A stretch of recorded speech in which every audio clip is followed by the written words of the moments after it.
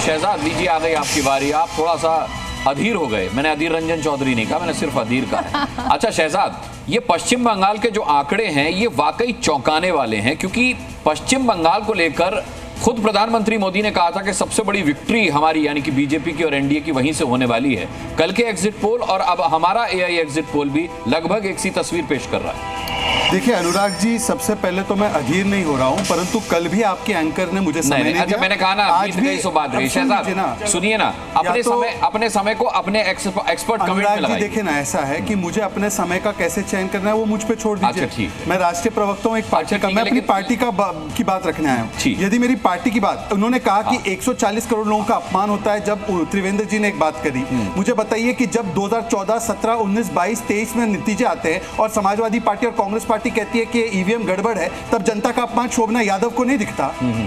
तो ये आप नहीं पूछेंगे, मुझे पूछने का अवसर दीजिए। अब जो भी है मेरी बात पूरी हो जाने दीजिए। करिए। अभी एआई का जो इन्होंने सर्वे करवाया, जो भी आपने करवाया, अखिलेश जी ने तो 79 आउट ऑफ 80 बोला। फिर भी आपके एआई के सारे प्रयासों के बाद अगर 22, 26 आ रही है, पूछ लीजिए भाटी जी से, वो संतुष्ट है इससे? जब इतना बढ़ाने के बाद भी ये भाटी जी स्वयं संतुष्ट नहीं है, पर शोभना जी उसमें मॉरल विक्ट्री देख रही। शोभना जी और शोभना जी का अधिकार है सवाल पूछना। शोभना जी का अधिकार है सवाल पूछना।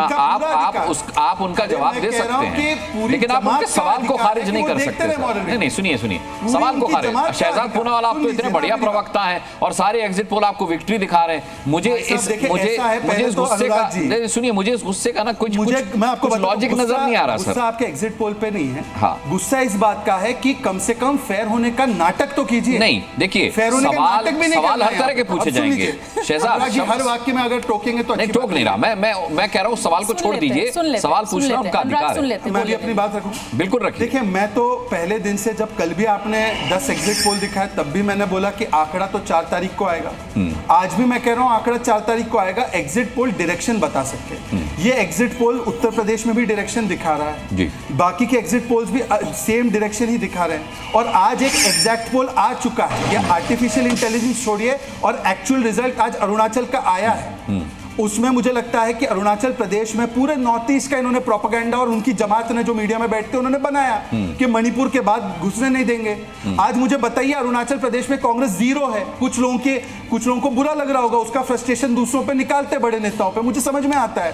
पर कांग्रेस पार्टी ना मेघालय में है, ना मणिपुर में है, ना त्रिपुरा में, ना आसाम में है।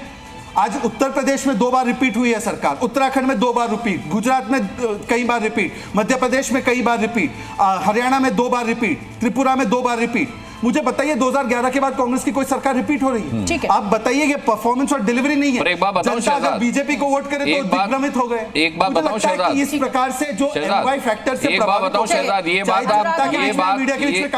बात आप गुस्से की बजाय मुस्कुराते हुए कहते तो ज्यादा इम्पैक्टफुल होती।